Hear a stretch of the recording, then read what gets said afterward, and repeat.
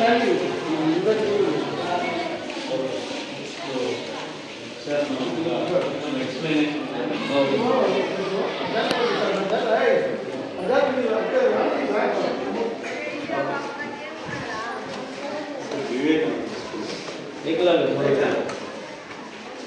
So, good evening, all of you.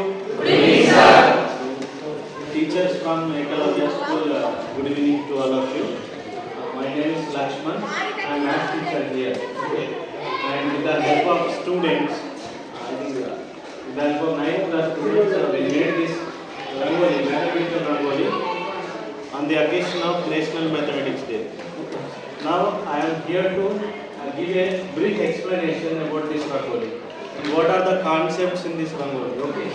So by observing you will see some different patterns and designs here, right? Okay, sir. So you can speak in English. It's audible to everyone? Yes, sir.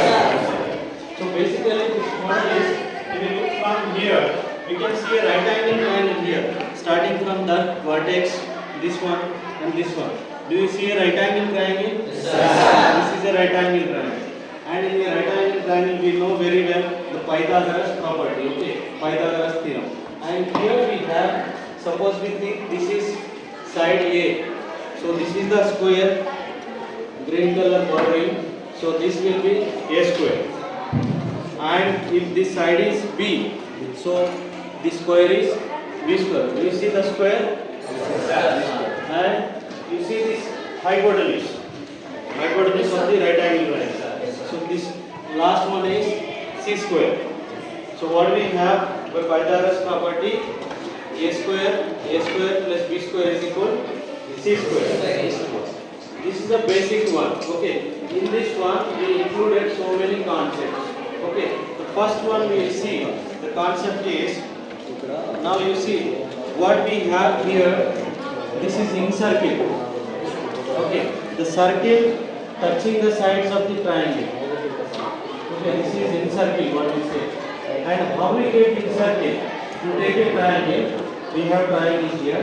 You know angle bisector? We draw angle bisector here.